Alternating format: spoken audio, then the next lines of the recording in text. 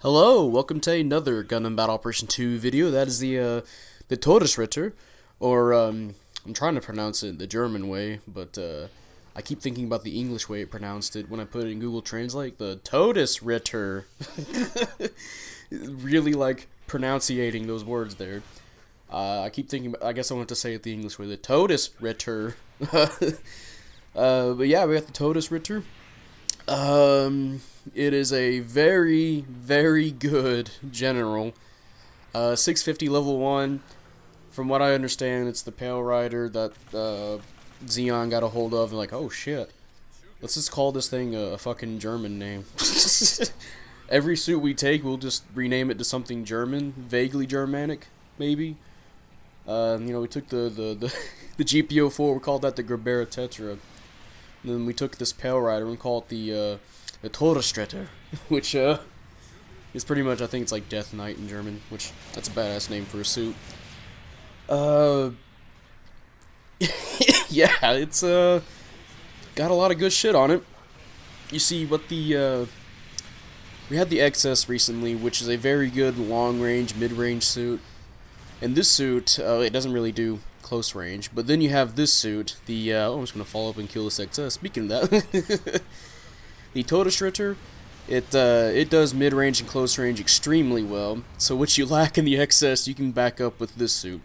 This suit is extremely good at just being hyper-aggressive, frontlining, just pestering the shit out of people with damage. Like, this thing, in comms, you just saw there, will combo into each other, and then you can use your Mega Particle Cannon, stun them, then you go into your melee, your other weapons. It's fucking good. So, first off, it's Beam Rifle, which it is a beam rifle. It's like the R-Jarja or the Zero Shiki's beam rifle. You can spam it if you want. You can charge it up, charge each individual shot up if you want. Pretty good to rack up damage, or if you want that stun to get that damage. I really should have helped my support here by getting in close, but I want to stay back. Well, actually, no, it makes sense. We'll get into the weaknesses after this, but yeah, beam rifle's pretty good. It has the chest machine guns, which they're pretty much its Vulcans. I don't really use them too much unless it's like one of the few things I can follow up with left that I have. Oh, and hey, there's a counter if you want to know that. So, yeah, it's got hidden arms. I wished it would have used it for, like, it's like a sub-weapon. That'd be so freaky seeing a fucking General Grievous come after you. Just slicing and dicing at you. Maybe they'll say that for the O, hopefully. But, yeah. Hidden arms, only for a counter. But yeah, chest machine gun's pretty much like Vulcans. It's got two of the beam sabers you just saw there. And they work like the Pale Rider beam sabers. I'm pretty sure they're an exact copy of how the Pale Rider does its stuff. They're fine. They do a lot of damage, especially that downswing. I've gotten like almost 5,000 damage on generals. At least 4,500 on generals with a downswing. And then if I have exam, it almost goes to 5,000, maybe a little bit over 5,000, depending on the melee resistance on the general. But yeah, if you're a raid type, you better stay the fuck away from this thing. Potentially, might want to stay away from it.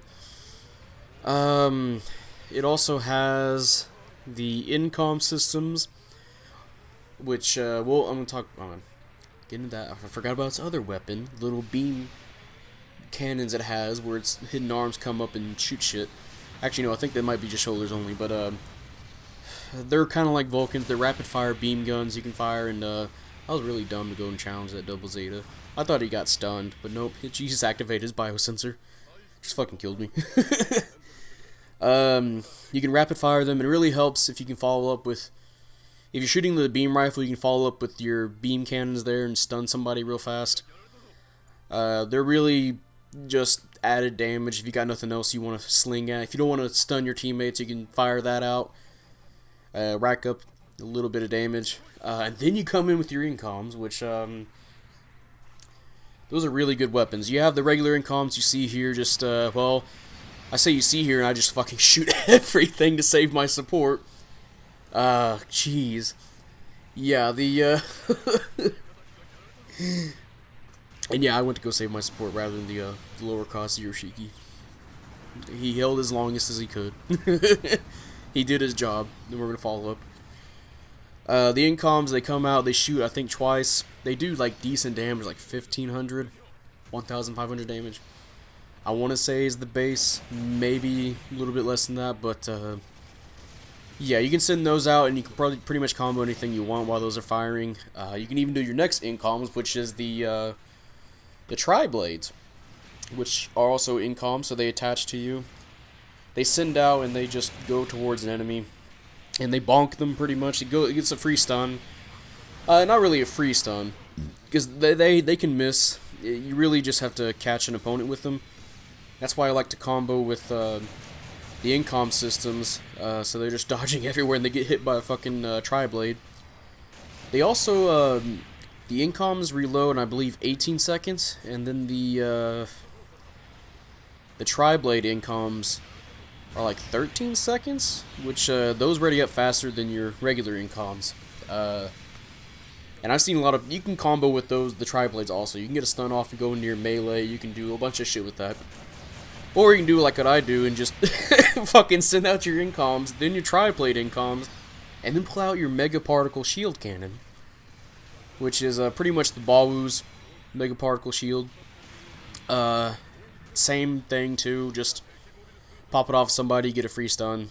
Does a lot of damage, at least to raids. Yeah, so I don't even have to. I really don't have like hot swaps for those last 3 weapons because they can just combo into each other. I'll often sometimes just pull up the shield rather than the incoms, just in case if I want to stun off real fast. But yeah, those weapons are good. All the weapons on this thing are good, unless you want to count like the chest machine guns. They're all right. Good for I guess if you want to not stun your teammates, you want to finish off lower suits, maybe get some stun accumulation off. But they all work well in this suit's favor for a mid-range to close range, just monster. Straight up monster. I also forgot it also has exam, which I also remembered during this part of the match, like, oh hey, I have exam. Well, Hades, my bad, not exam. Hades, which it's probably a reason why I don't use it too much, because I think I have lower defense, and I'm like, oh, I don't want to die faster. And then I realize that, you know, if it goes out, then all your parts get broken, you can't repair them, apparently. Which, you know, the part of me is like, yeah, I guess I'll save it for when I really need it. And then I forget I have it.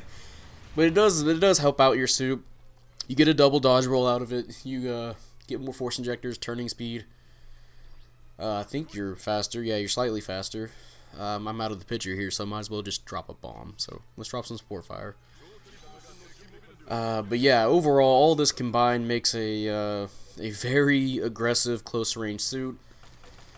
It will highly benefit those that want to play very aggressive. And if you have a really good team like I had this match, holy shit, you'll do some work with it.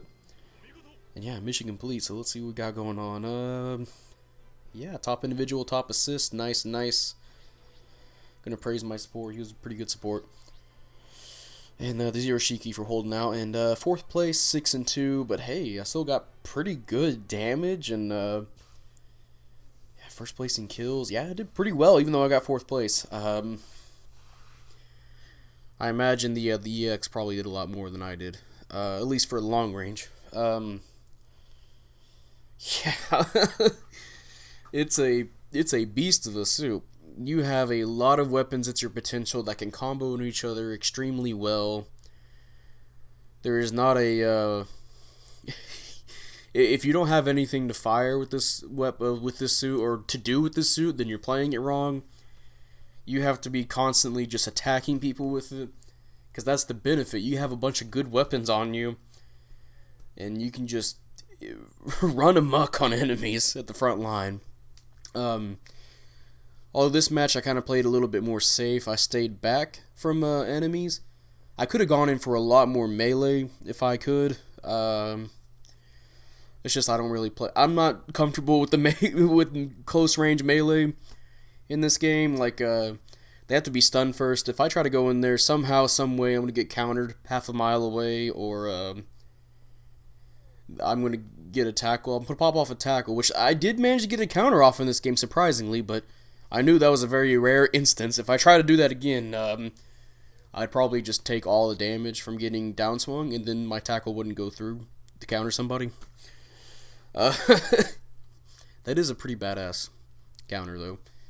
I really wish that's not how the O is going to be with its hidden arms. I really wish that can be a different sub-weapon if the O comes out. But, yeah, the Todesritter, really good suit. We're so good, in fact, that I completely forgot that it has a bunch of stats I usually say at the beginning of the video. So I guess, well, maybe I did. Maybe I forgot. I don't know, but I had it right here. Yeah, I was looking up translations for the name, but, yeah, it has 26 ballistics resistance, 26 beam resistance, 20 melee resistance, 35 range, 30 melee. So, pretty balanced. You can go either way with how you want to build this suit. It's pretty customizable. For me, I went more beam resistance because everybody has beams in this game, and more range and melee.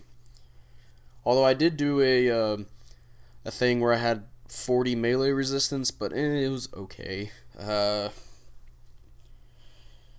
yeah, so some weaknesses about this suit is that it's long range game. It pretty much only has the beam rifle to go off of. So the EX, the XS Gundam is pretty good at keeping it at bay, or just a Phaz. Any long range suit, Dovin Wolf will keep it at bay. Any long range suit, pretty much.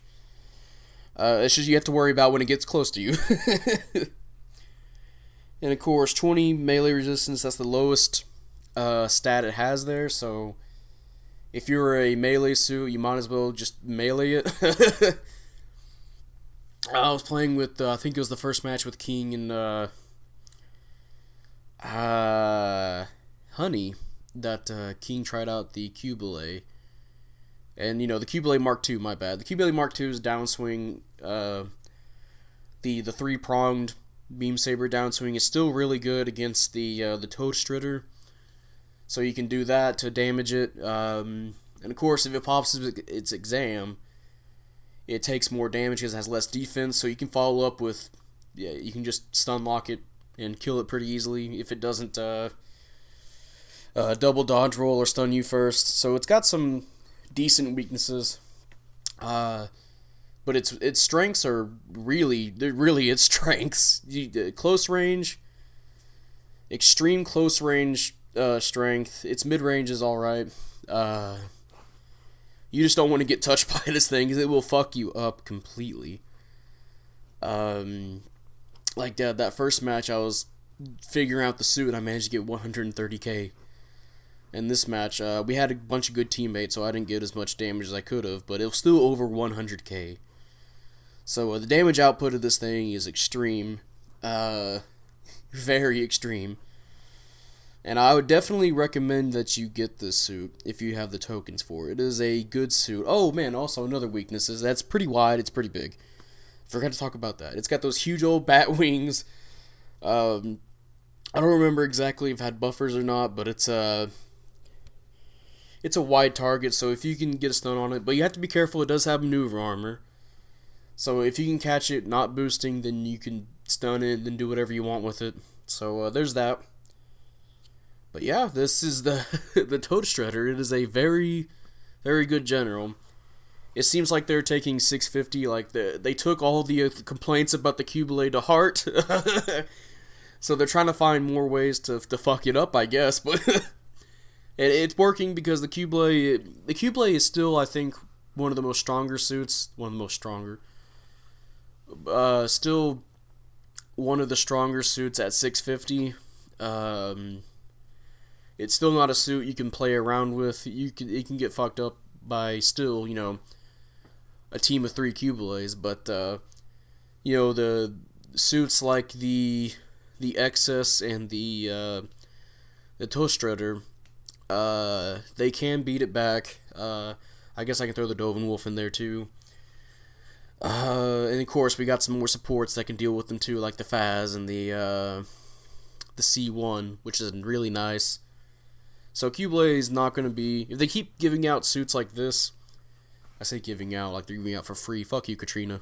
I don't want to pay tokens for this shit. But yeah, if they keep making suits like these, the Q-Blade is going to be... It's not going to be the powerhouse it's not going to be the powerhouse for long. Especially as we keep going, we start figuring out, you know, how to play these suits more. Soon you'll have a pretty beefy team of, you know, we'll have the XS in the back, we'll have the Q-Blade in the middle, and then we'll have the Todesritter at close range, and just completely wiping the fuck out of everybody for generals. So maybe we'll get some more good generals, and maybe it won't be just, you know, not a clean slate, just a fucking slate of these suits just molly-whopping everybody. But yeah, it's going to be in this video. If you guys enjoyed this video, leave a like, subscribe if you want, I'd really appreciate it.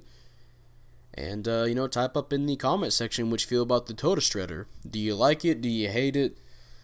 I'll tell you one thing I hate about this. I hate how the fucking English Google Translate pronounces it. Todesritter. I can't get over it. It's so dumb sounding, but it makes sense. We don't have the same pronunciation that, you know, Germans do. We can't do the... I don't know how to say it. Roll your R's? No, not roll your R's, but... Todesritter. Yeah, I absolutely love this suit. It's a good suit. It's definitely... The thing with 650, it's been like a super range game. But now you have a suit that can do close range extremely well. So now we can have more close range battles. More aggressive suits that can go out and fight people. Now, however, we have to think about what we're going to do for raids. You know, I was talking all about how we need more supports, you know, for a high cost. But now we have to start looking at raids. Because now we have the good generals and we have the good supports to take out those generals. But now the only native raid type at 650, I believe, is the Q-Blade Mark II. So now if they just start making some other good raids to go along with that Q-Blade Mark II, now we can start having a balanced selection of suits. We'll have the good generals, the good supports that'll stop those good generals, and then we'll have the good raids that will take out those good supports. And it all comes around, and it'll fix everything. Except for the latency of this game. That will definitely jumble things up still. But yeah, that'll be it, and I'll see you guys later. Bye.